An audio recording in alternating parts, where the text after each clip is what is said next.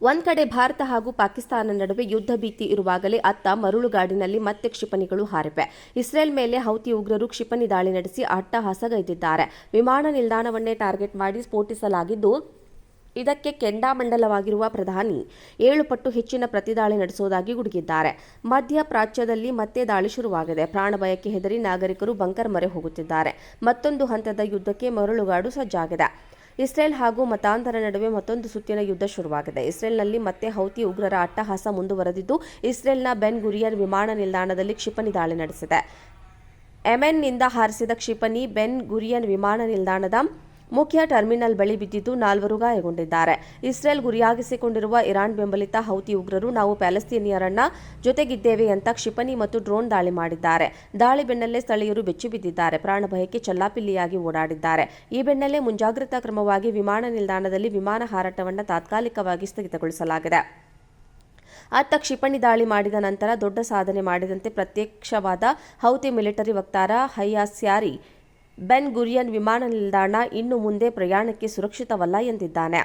ಯೆಮೆನ್ನ ಹೌತಿ ಉಗ್ರರ ಇಸ್ರೇಲ್ ವಿಮಾನ ನಿಲ್ದಾಣವನ್ನು ಗುರಿಯಾಗಿಸಿ ನಡೆಸಿದ ಕ್ಷಿಪಣಿ ದಾಳಿಗೆ ಇಸ್ರೇಲ್ ಪ್ರಧಾನಿ ಬೆಂಜಮಿನ್ ನೆತನ್ಯಾಹು ಕೇರಳಿ ಕೆಂಡವಾಗಿದ್ದಾರೆ. ಈ ದಾಳಿಗೆ ನಾವು ಸುಮ್ಮನಿರಲ್ಲ, ಇದಕ್ಕೆ ಪ್ರತಿಯಾಗಿ ಸರಣಿ ದಾಳಿ ನಡೆಸುವುದಾಗಿ ಖಡಕ್ ಎಚ್ಚರಿಕೆ ಕೊಟ್ಟಿದ್ದಾರೆ.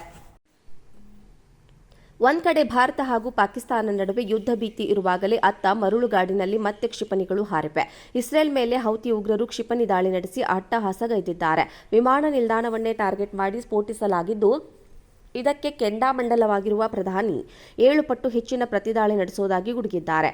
ಮಧ್ಯ ಪ್ರಾಚ್ಯದಲ್ಲಿ ಮತ್ತೆ ದಾಳಿ ಶುರುವಾಗಿದೆ. ಪ್ರಾಣಭಯಕ್ಕೆ ಹೆದರಿ ನಾಗರಿಕರು ಬಂಕರ್ ಮೊರೆ ಹೋಗುತ್ತಿದ್ದಾರೆ. ಮತ್ತೊಂದು ಹಂತದ ಯುದ್ಧಕ್ಕೆ ಮರಳುಗಾಡು ಸಜ್ಜಾಗಿದೆ. ಇಸ್ರೇಲ್ ಹಾಗೂ ಮತಾಂತರ ನಡುವೆ ಮತ್ತೊಂದು ಸುತ್ತಿನ ಯುದ್ಧ ಶುರುವಾಗಿದೆ. ಇಸ್ರೇಲ್ನಲ್ಲಿ ಮತ್ತೆ ಹೌತಿ ಉಗ್ರರ ಅಟ್ಟಹಾಸ ಮುಂದುವರೆದಿದ್ದು, ಇಸ್ರೇಲ್ನ ಬೆನ್ ಗುರಿಯನ್ ವಿಮಾನ ನಿಲ್ದಾಣದಲ್ಲಿ ಕ್ಷಿಪಣಿ ದಾಳಿ ನಡೆಸಿದೆ.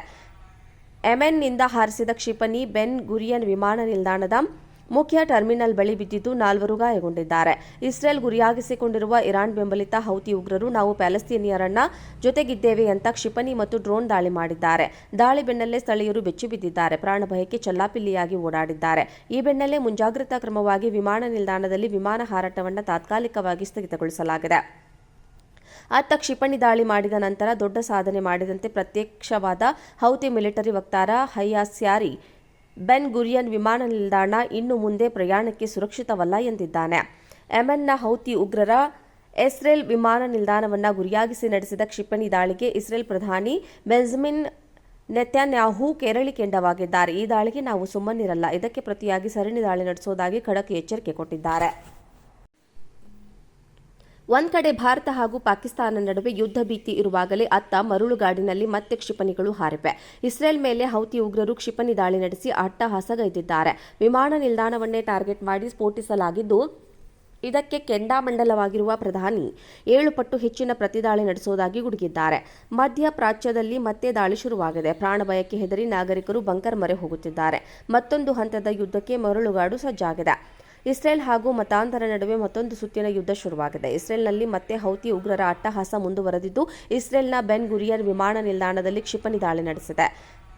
ಯೆಮೆನ್ನಿಂದ ಹಾರಿಸಿದ ಕ್ಷಿಪಣಿ ಬೆನ್ ಗುರಿಯನ್ ವಿಮಾನ ನಿಲ್ದಾಣದ ಮುಖ್ಯ ಟರ್ಮಿನಲ್ ಬಳಿ ಬಿದ್ದಿದ್ದು 4 ಗಾಯಗೊಂಡಿದ್ದಾರೆ. ಇಸ್ರೇಲ್ ಗುರಿಯಾಗಿಸಿಕೊಂಡಿರುವ ಇರಾನ್ ಬೆಂಬಲಿತ ಹೌತಿ ಉಗ್ರರು ನಾವು ಪ್ಯಾಲೆಸ್ತೀನಿಯರನ್ನ ಜೊತೆಗಿದ್ದೇವೆ ಅಂತ ಕ್ಷಿಪಣಿ ಮತ್ತು ಡ್ರೋನ್ ದಾಳಿ ಮಾಡಿದ್ದಾರೆ. ದಾಳಿ ಬೆನ್ನಲ್ಲೇ ಸ್ಥಳೀಯರು ಬೆಚ್ಚಿಬಿದ್ದಿದ್ದಾರೆ. ಪ್ರಾಣಭಯಕ್ಕೆ ಚೆಲ್ಲಾಪಿಲ್ಲಿಯಾಗಿ ಓಡಾಡಿದ್ದಾರೆ. ಈ ಬೆನ್ನಲ್ಲೇ ಮುಂಜಾಗ್ರತಾ ಕ್ರಮವಾಗಿ ವಿಮಾನ ನಿಲ್ದಾಣದಲ್ಲಿ ವಿಮಾನ ಹಾರಾಟವನ್ನು ತಾತ್ಕಾಲಿಕವಾಗಿ ಸ್ಥಗಿತಗೊಳಿಸಲಾಗಿದೆ. ಅತ್ತ ಕ್ಷಿಪಣಿ ದಾಳಿ ಮಾಡಿದ ನಂತರ ದೊಡ್ಡ ಸಾಧನೆ ಮಾಡಿದಂತೆ ಪ್ರತ್ಯಕ್ಷವಾದ ಹೌತಿ ಮಿಲಿಟರಿ ವಕ್ತಾರ ಹಯ್ಯಾ ಸ್ಯಾರಿ ಬೆನ್ ಗುರಿಯನ್ ವಿಮಾನ ನಿಲ್ದಾಣ ಇನ್ನು ಮುಂದೆ ಪ್ರಯಾಣಕ್ಕೆ ಸುರಕ್ಷಿತವಲ್ಲ ಎಂದಿದ್ದಾನೆ. ಯೆಮೆನ್ನ ಹೌತಿ ಉಗ್ರರ ಇಸ್ರೇಲ್ ವಿಮಾನ ನಿಲ್ದಾಣವನ್ನು ಗುರಿಯಾಗಿಸಿ ನಡೆಸಿದ ಕ್ಷಿಪಣಿ ದಾಳಿಗೆ ಇಸ್ರೇಲ್ ಪ್ರಧಾನಿ ಬೆಂಜಮಿನ್ ನೆತನ್ಯಾಹು ಕೇರಳಿ ಕೆಂಡವಾಗಿದ್ದಾರೆ. ಈ ದಾಳಿಗೆ ನಾವು ಸುಮ್ಮನಿರಲ್ಲ, ಇದಕ್ಕೆ ಪ್ರತಿಯಾಗಿ ಸರಣಿ ದಾಳಿ ನಡೆಸುವುದಾಗಿ ಖಡಕ್ ಎಚ್ಚರಿಕೆ ಕೊಟ್ಟಿದ್ದಾರೆ.